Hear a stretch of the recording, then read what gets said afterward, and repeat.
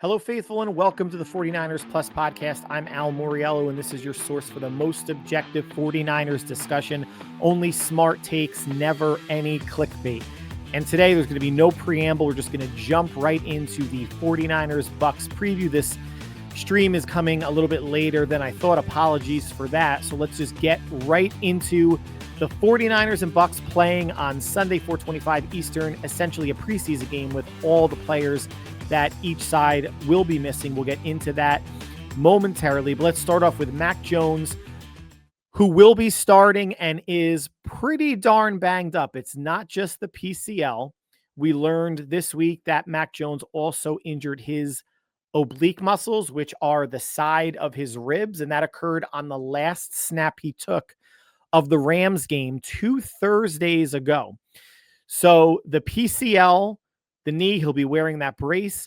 Mac couldn't start throwing until yesterday, Friday, which when I heard that put up the big red flag in terms of now it sounds like, Mac will be able to go. When he was asked yesterday by the media on Friday, if there was a game today on Friday, would you be able to play? And Mac didn't answer that. He kept responding with, we have a good plan in place, with the trainers and the medical staff, that I'll be good to go on Sunday against Tampa Bay.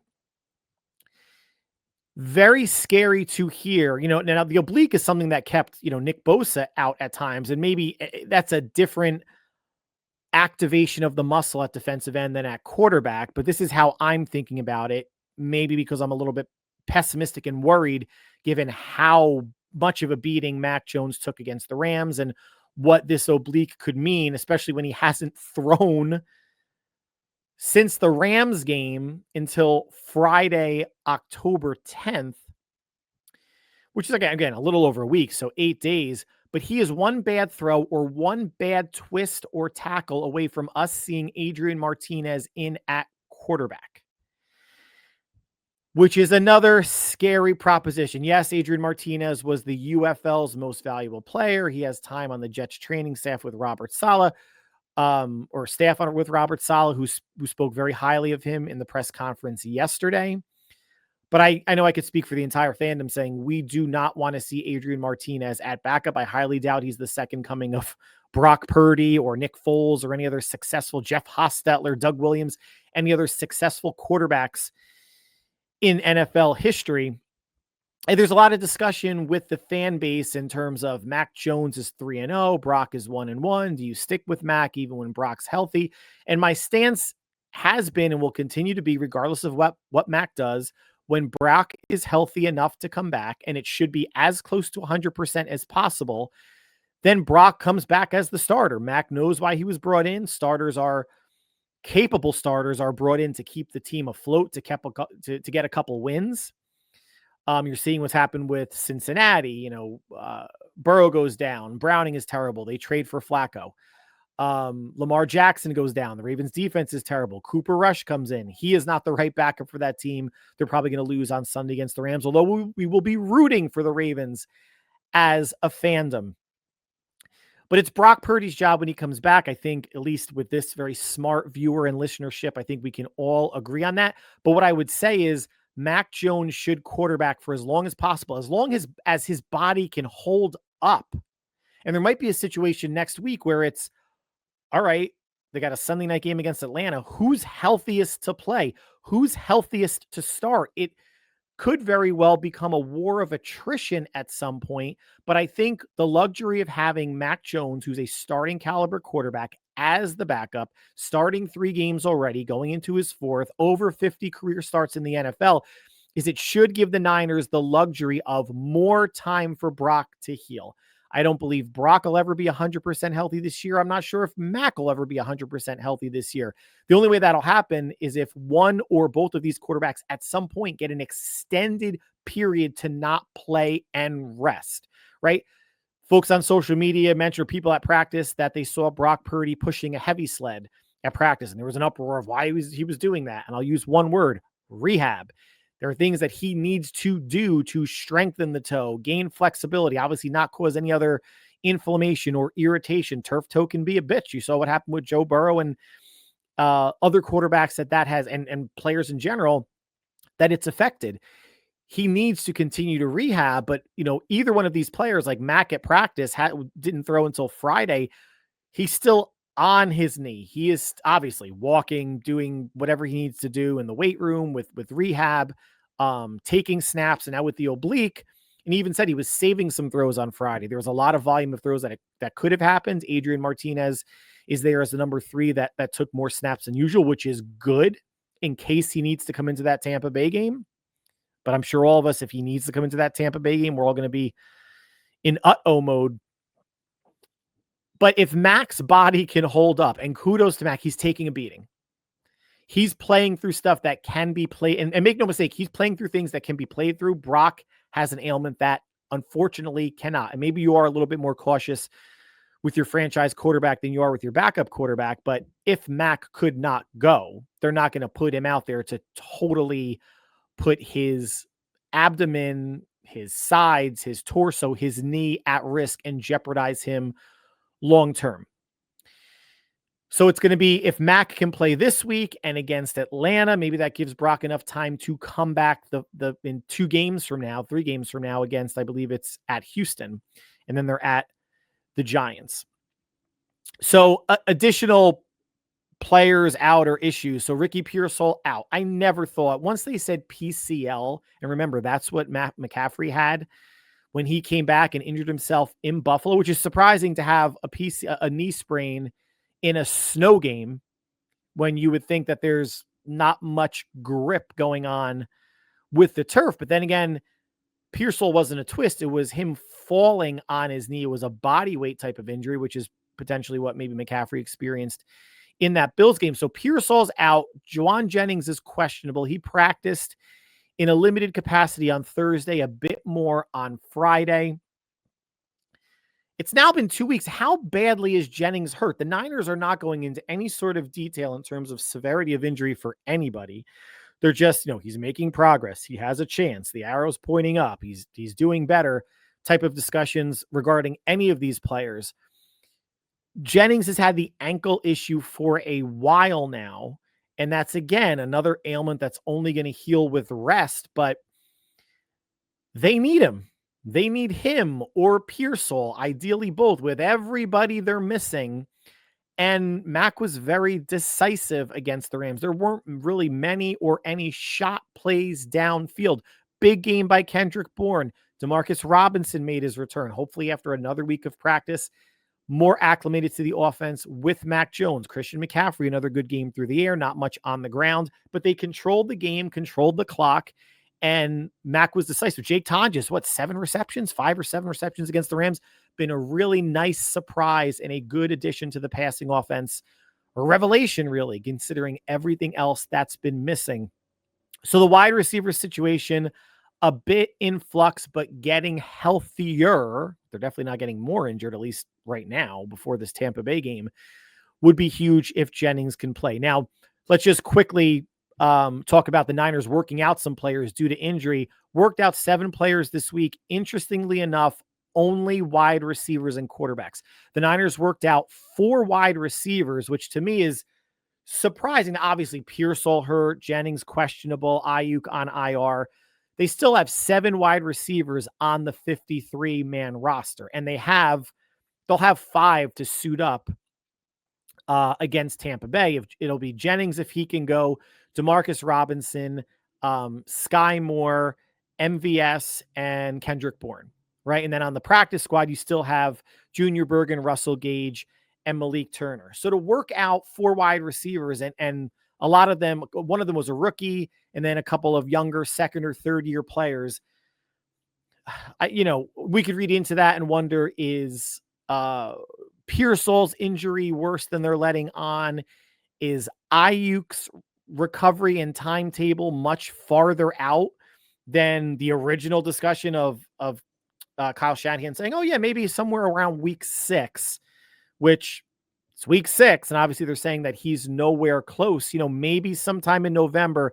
I think now we're at the point of getting Ayuk back at all this season would be a plus. And I think that still should be possible.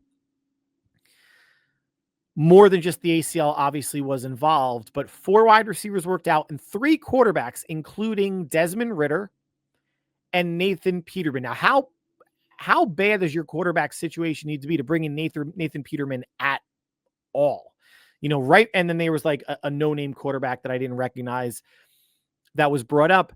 I would be okay. Desmond Ridder, throw him on the practice squad. I wonder if the situation is going to be when Brock is healthy enough to contribute and play, or say backup Mac next week, if that's a possibility, that the Niners' forward-moving plan is keeping 3 quarterbacks on the 53-man roster, Adrian Martinez being that third, and someone like a Desmond Ridder on the practice squad to completely cover their asses in case the quarterback position goes to even more shit as the year goes on. Additionally, talking quarterbacks, rookie Curtis Rourke, who had ACL surgery in January and played through a partially torn ACL for most of last season at Indiana with a brace, may have his 21-day practice window opened sometime soon. Soon is very nebulous. Could be next week, the week after that. And again, is this a potential indicator that if, now Rourke, when he has his 21-day practice window open, how many snaps is he going to get? Right? Like if you have Mac as your starter, he's going to get all of them. If Brock, say, is backing up or healthy enough to back up, you're going to give him some snaps. You want Adrian Martinez to get some snaps just in case. Where does that leave Curtis Rourke in terms of the developmental curve and being ready to do anything for this team on the active roster? They're not going to risk, I don't think they're going to risk releasing him to put him on the practice squad. That would be more for Adrian Martinez. But to have, now, if you have Curtis Rourke as your number 3 quarterback on the 53, and he's getting, gosh, I don't even know, a handful of snaps each practice, if that, but he's really if in an emergency, break glass quarterback, fine, then you kind of deal with it. But you could always also elevate Adrian Martinez if it ever kind of came to that. I don't know what Curtis Rourke is actually going to give you, considering missing training camp, practices, everything as he's being rehabilitated, as he's rehabbing. And he's only going to have like 3 weeks to be either he would never be a viable backup. Let's say Mac gets hurt or something happens with Brock and he takes a step back. They would never look at him as a backup to one of those two. It would be Martinez. And that's sad in and of itself, considering he's only been with the team for what, a month and a half? But just more news to share on the quarterback injury front, and a lot can change between now and next game. A lot can change, or next week, and a lot can change between now and anytime during the Bucs game. Because again, that injury situation with Mac is one that we're going to be holding our breaths on. But let's talk more specifically. Niners at Bucs, 4:25 Eastern. Tampa is a 3.5-point favorite, which means on a neutral field, this would be pretty much a pick 'em. And I said earlier that this is essentially a preseason game with everybody that both players are missing. Boy, does this feel like some sort of an exhibition game. Now, Tampa Bay, who's out? Wide receivers, Mike Evans and Chris Godwin. Running backs, Bucky Irving and Josh Williams. Williams is a 4th-string running back. And cornerbacks, Zion McCollum and Benjamin Morrison. Zion is a starter.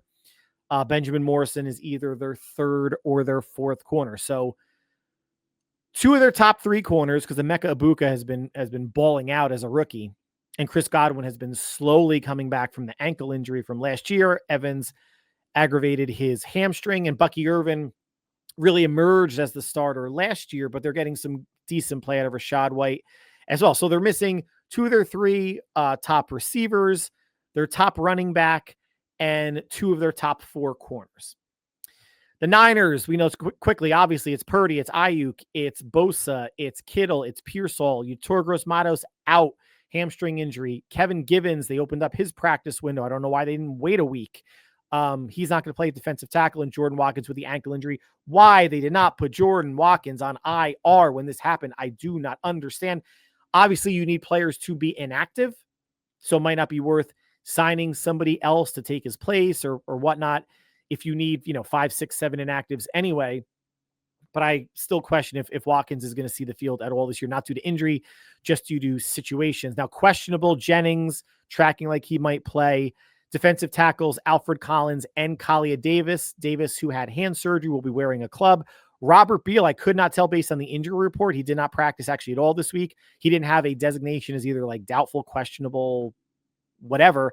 Not sure if he's going to play. I'm listing him as questionable. I have no idea. And Malik Mustafa could make his return to the active roster against Tampa Bay. But again, if Malik Mustafa, not again, because I talked about this last podcast, if he is activated, someone has to get cut or put on IR. And that could be Jordan Watkins. It's not going to be Adrian Martinez because he's going to need to be the backup. They would need Curtis Robinson maybe at linebacker. They would need to look at the roster and figure out going into this Tampa game where they're obviously still banged up, who could they potentially put on IR or release? I don't know if Marquez Valdez-Scantling would be an option. Release him, elevate Russell Gage as one of your receivers. I guess that's a possibility. But since we're talking about elevations for this game, with Yetur out, with Robert Beal questionable at best, I think Trevis Gibson gets another elevation from the practice squad. Remember, he was the player that recovered the first fumble that Blake Corum, running back for the Rams, had, I think, in the first or second quarter. Wasn't providing a tremendous amount pass rush, but I think he should be elevated in either Evan Anderson or Sebastian Valdez, probably Evan Anderson at defensive tackle in case Kalia Davis can't go. Remember, Kalia Davis and CJ West both have recently had hand surgery. Kalia Davis is in a club. I don't know if CJ West is in a club or just some sort of a cast for his thumb, but they have two defensive tackles with hand ailments. So they may need to bring up another defensive tackle. We'll know about elevations actually maybe sometime later today, but certainly tomorrow morning. Now, even with the injuries Tampa Bay has, who do they still have left? Now, Baker Mayfield has been balling this. He's been balling for the past couple of years. He's averaging 256 yards a game, 10 touchdowns, and 1 interception this year. Rashad White started out as the starter the past couple seasons, was supplanted by Bucky Irving. Rashad White, interestingly enough, has all 3 rushing touchdowns for Tampa Bay and has a better yards per carry average than Bucky Irving. Emeka Ibuka, the rookie receiver, 25 for 445 yards and 5 touchdowns. Still have Sterling Shepard. You still have Cade Otton, who was injured for the first couple games of the season, getting back into the flow of the offense. And on defense, in the middle, it starts with Vita Vea. You have Hassan Reddick and Yaya Diaby coming off the edge. Levante David at linebacker. Jamel Dean is one of your corners. And Antoine Winfield at safety. The Bucs have when healthy, a good and complete team. They are just not healthy and missing pieces at skill position, at wide receiver, running back, and then corner. Especially corner, helping to offset the minuses that the 49ers have in the passing game at receiver and tight end.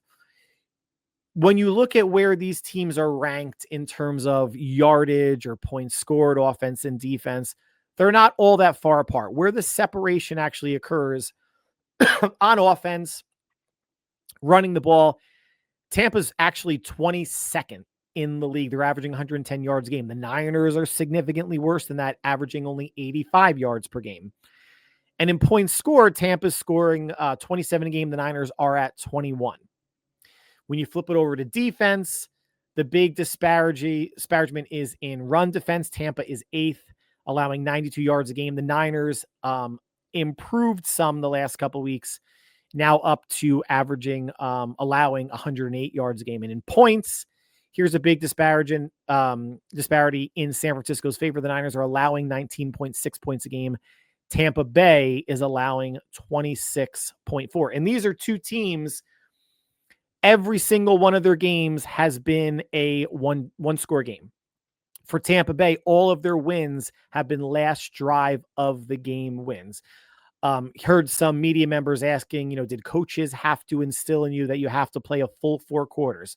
A full 60 minutes. And I believe it was Trent Williams that said, we've had to play a full 4 quarters every game. All our games are 1-possession games. This doesn't change anything. It doesn't matter what Tampa Bay was doing or how they were finishing off games. We know it's the NFL. Things are really close for us this year and close for Tampa Bay as well.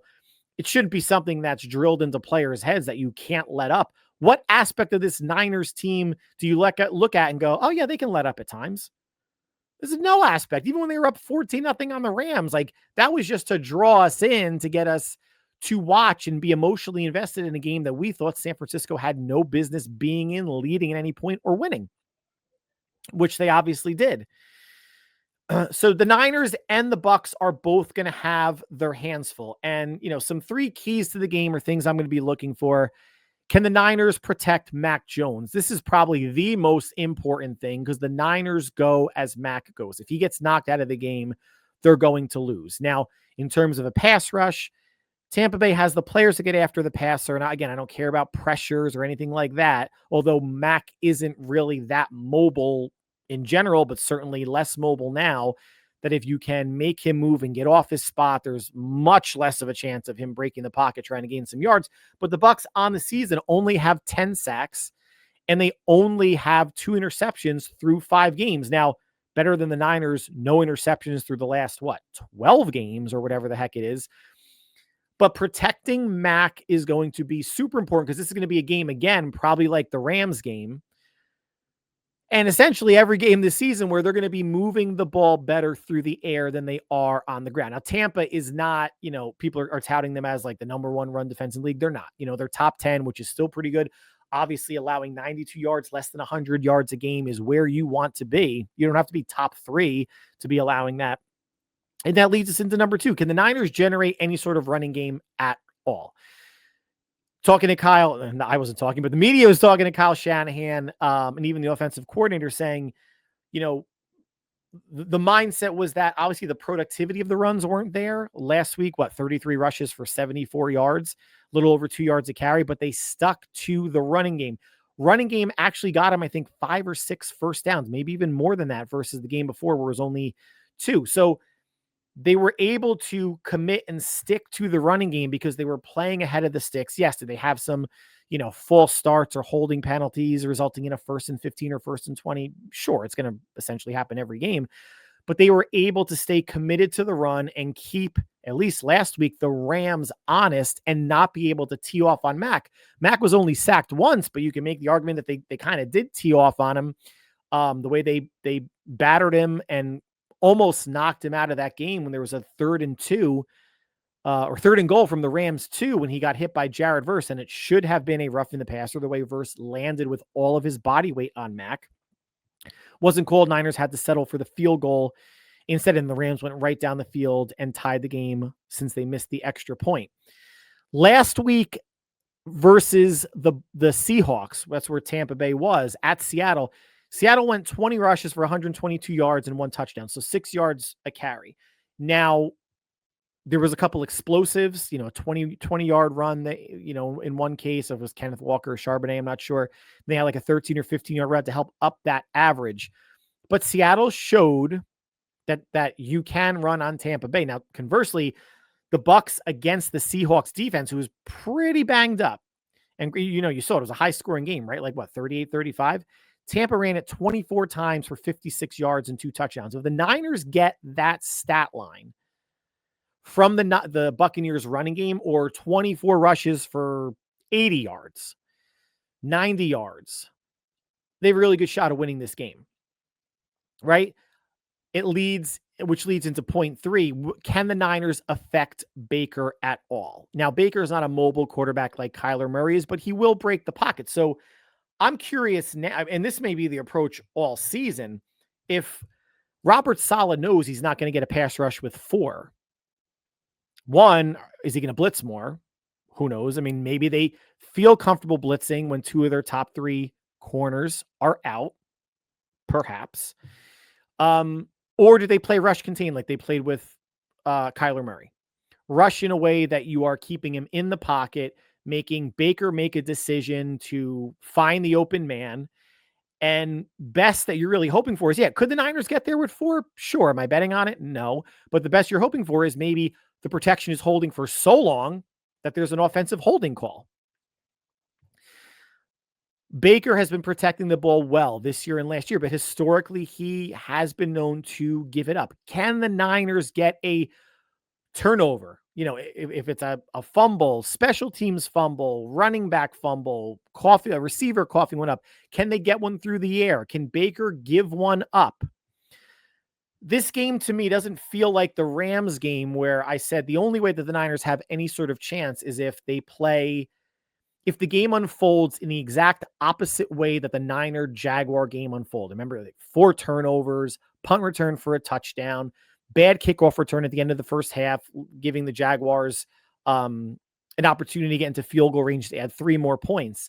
The Niners only got, 2 turnovers, but they were timely as the Rams were driving the first drive, and obviously the one at the 2-yard line, right at the goal line that Alfred Collins punched out of Kyron Williams.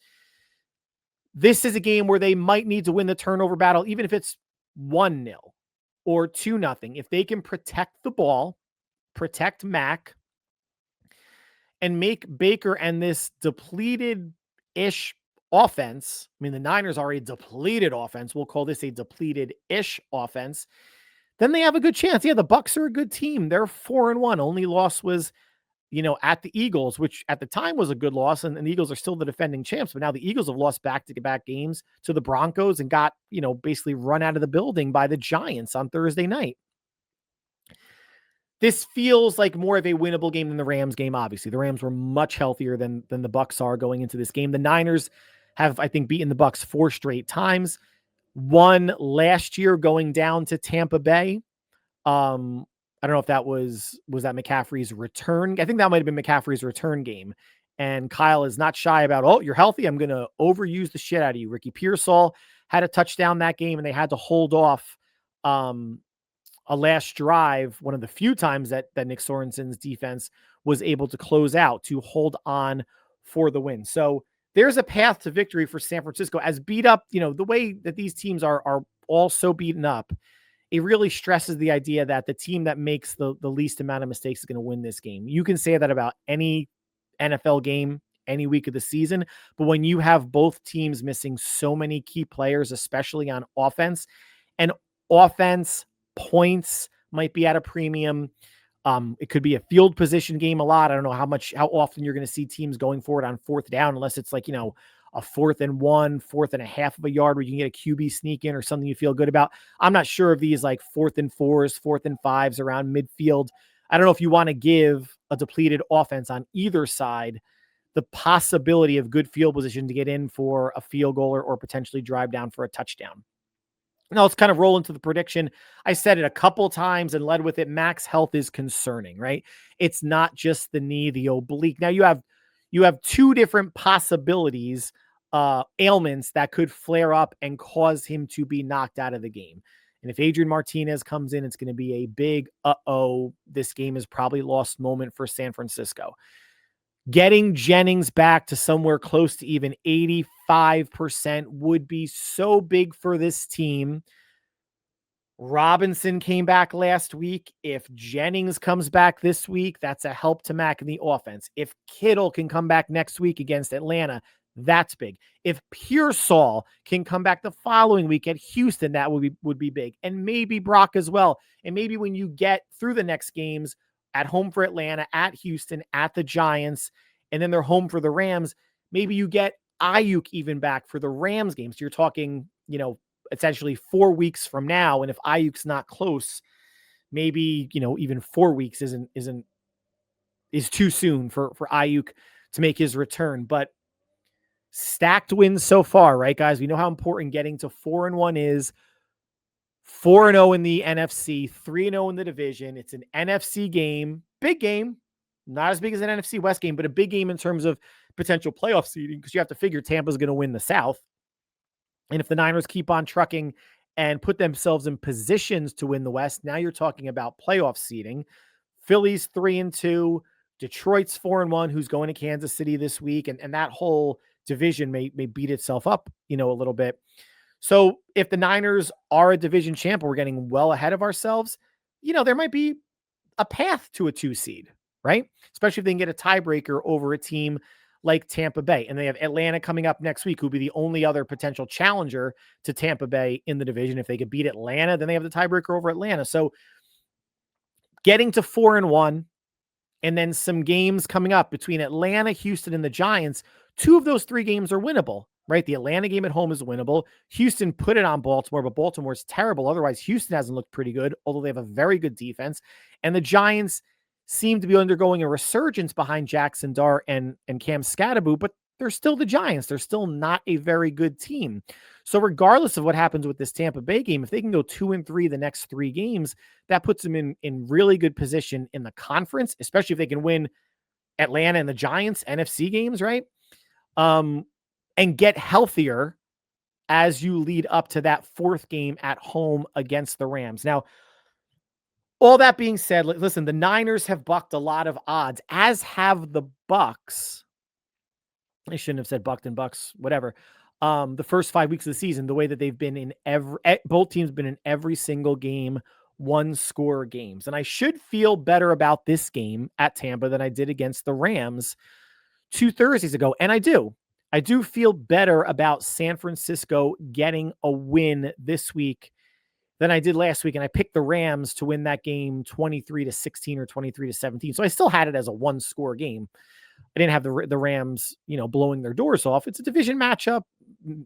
McVay and Shanahan know each other, and Saleh generally can control that offense, and he did for the most part, at least the first half of that game. But I think there's something to be said for the way that Baker Mayfield's playing, the fact that Tampa can stop the run, and when a team can stop the run and they're playing a team that can't run the ball, that may spell a whole lot of disaster in terms of, maybe they don't get to 30 rushes or 33 rushes today or tomorrow against Tampa, maybe because the running game potentially could look so bad and so inept that more is put on Mac's shoulders. And the X factor or the trump card here might be Baker Mayfield. If for no other reason, I mean, he's playing really well, all pro caliber level, MVP caliber level, but he's also healthy, right? And any player on either team can get knocked out at any point in time. I'm not encouraging that. I'm not hoping that. I'm not anything, but there's something to be said for leaning towards the healthier quarterback. And it's not even that Baker's a starter and Mac's a backup, because Mac's a starting caliber quarterback. It's that Baker is healthy and Baker is healthy with a depleted offense, and Mac is banged up with a depleted offense. So that just feels like the Buccaneers have a little bit more wiggle room for error if there are any errors being made. Now, if the Bucs turn over 3 times and the Niners play a clean game, they're going to get the win. But if the Niners can be solid on special teams, Piñeiro's been really good outside of that first extra point miss, has been perfect since then. Week 1 at Seattle, if they can get good punt and kick return coverage, back Baker up, get some mild push on him, make him doubt what he's seeing, sending a blitz I would love to see a blitz per drive. I mean, I think that might be a little too aggressive for Kyle and Saleh, but one can hope. All that being said, I think it stays right within the 3.5 point spread, and I have Tampa Bay winning 23-20. Now, doesn't make me a bad fan. Doesn't make me, oh, how could you say that? Mac's a bowler, Mac's 3-0. Listen, I get all that. And any one of these games that the Niners won could have gone the other way, right? And you could say the same thing about the Jaguar game. That could have gone the other way for San Francisco, except a little thing called 4 turnovers and bad special teams coverage units. Well, everything that I said about the Niners being lucky could have gone the other way applies to Tampa Bay as well.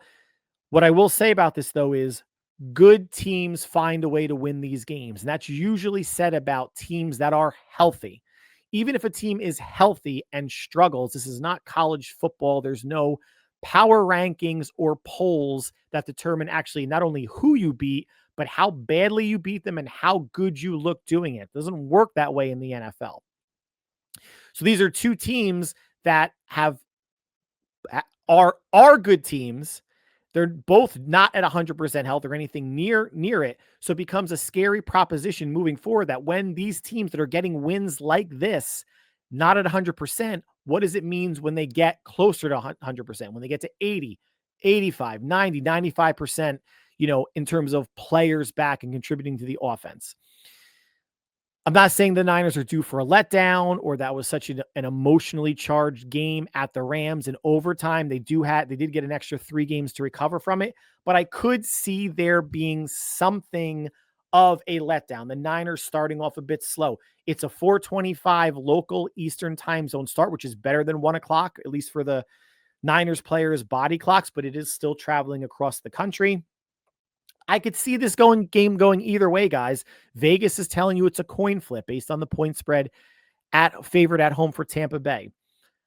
I do think, though, that the Niners, I'm not going to say find a way to lose this game. It's probably more that Tampa Bay finds a way to win this game, potentially dropping the Niners to 4-2. But if they can, again, go 2-3 of their next 3, then they're 6-3 after 9 games. And again, if you told any of us fans that would be the record, one, with a completely healthy team, we'd take it, right? 2, with a completely decimated team, you would absolutely take it. But I understand, greedy for wins, starting out strong, alone in first place at the division. You want that to keep, you want the Niners to, kind of keep pace with other teams and stay ahead of others in the division. But they are going to drop games, obviously, right, between now and the end of the season. And this is just one that I see them dropping. Hope I am wrong. But that's going to conclude the podcast for today. Like always, I want to thank you for taking time out of your busy schedule to make us part of your viewing or listening routine. Recording this on a Saturday, which means NFL Sunday is tomorrow. So hopefully you're listening to this either today or before the game tomorrow. Whatever you guys are doing between now and when we speak again, which will either be Sunday night or on Monday, enjoy the game. Hopefully it goes how I don't think it will go, meaning we get a Niner win. And we're celebrating on a victory Sunday night or victory Monday with a 5-1 Niners team. I'm hesitant. We shall see. Everyone, until we speak again, stay happy, healthy, and safe. We'll talk soon. All take care.